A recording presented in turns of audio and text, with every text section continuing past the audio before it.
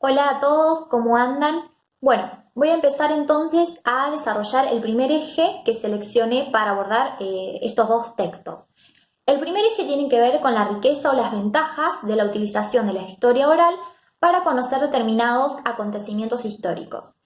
Bien, lo que nos comienza diciendo Portelli es que pensando en una historia oral, la historia está contada desde adentro, es decir, está cargada de subjetividades y consideraciones personales sobre cómo se han vivido determinados eventos. Desde esta perspectiva, lo que nos dice Portelli, se van a producir diferentes triangulaciones.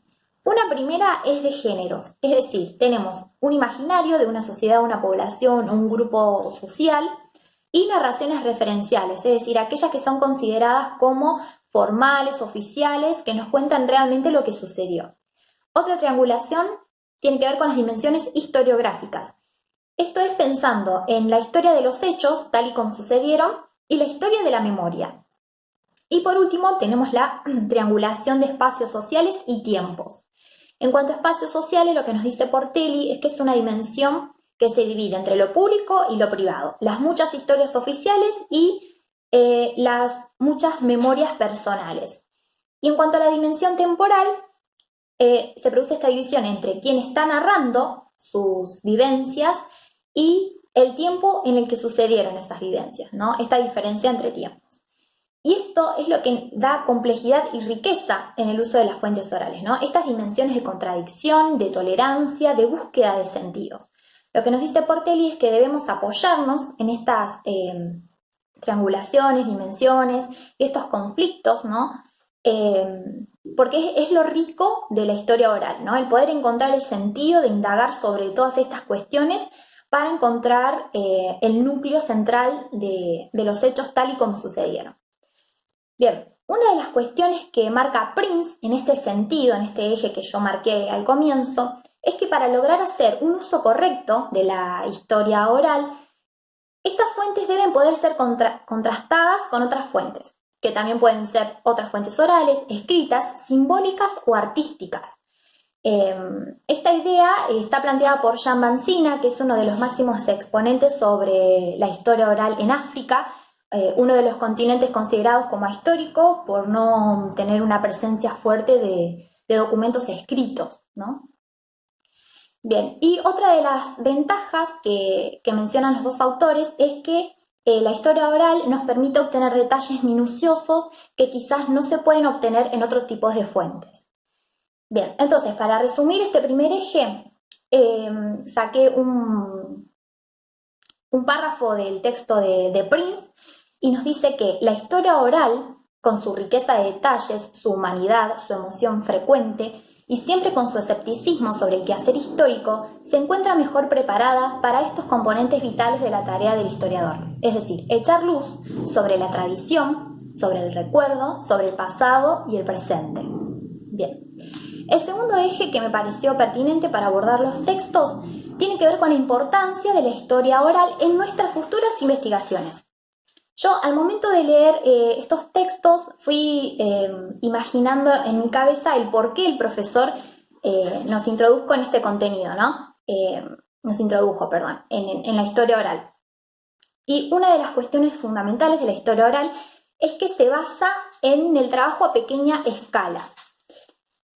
Es decir, vamos a poder conocer particularidades de nuestra historia local abordando los eventos elegidos por cada uno de nosotros desde la historia oral. Bien, que también, volviendo un poco al punto anterior, vamos a tener que contrastar con otras fuentes para poder enmarcar nuestra investigación a pequeña escala, nuestra investigación de historia local, en una estructura por encima, ¿no?, de nuestro objeto de estudio. Bien, es importante que podamos también tomar diversas fuentes orales para poder trabajar sobre las diversas miradas de este mismo evento que hemos seleccionado como estudio a investigar.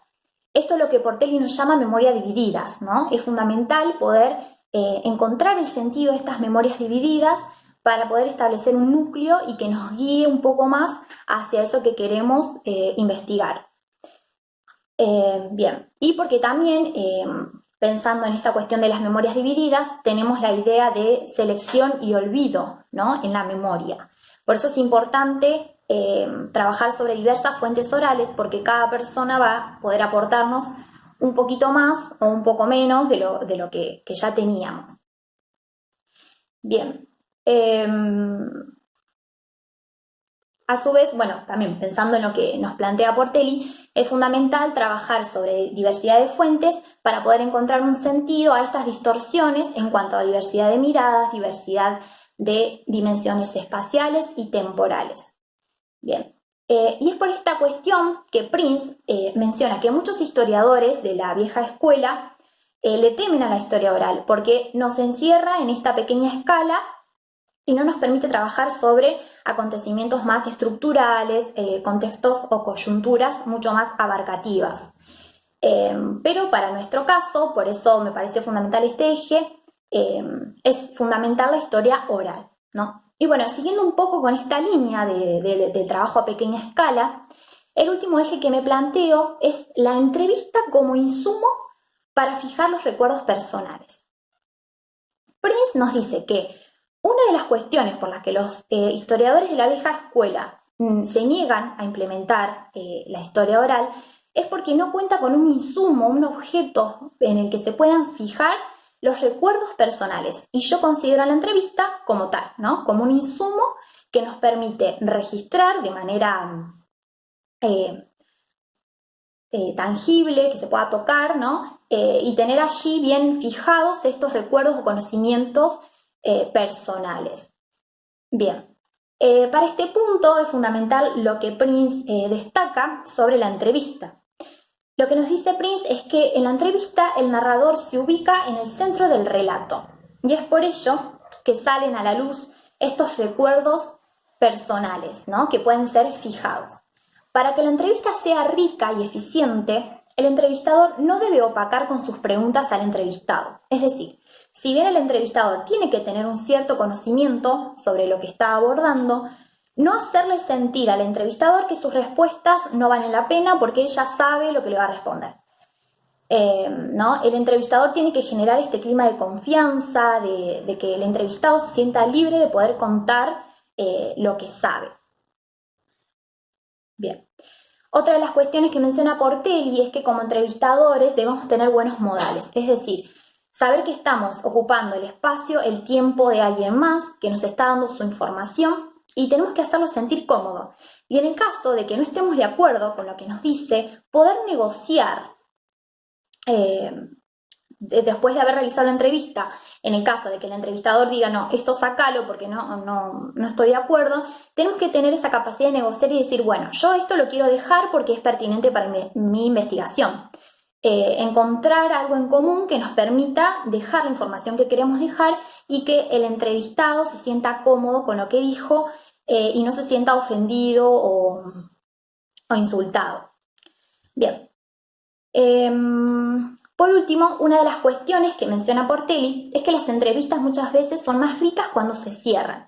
Es decir, una vez que finaliza este cuestionario sobre los eventos históricos formalmente y damos posibilidad a una charla informal, muchas veces se obtienen datos muy interesantes y ricos que también son pertinentes para nuestra investigación.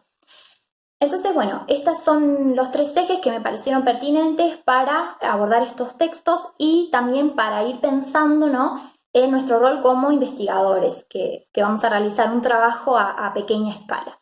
Bueno, espero no haber sido muy larga y que haya sido dinámico para ustedes mi exposición. Nos vemos.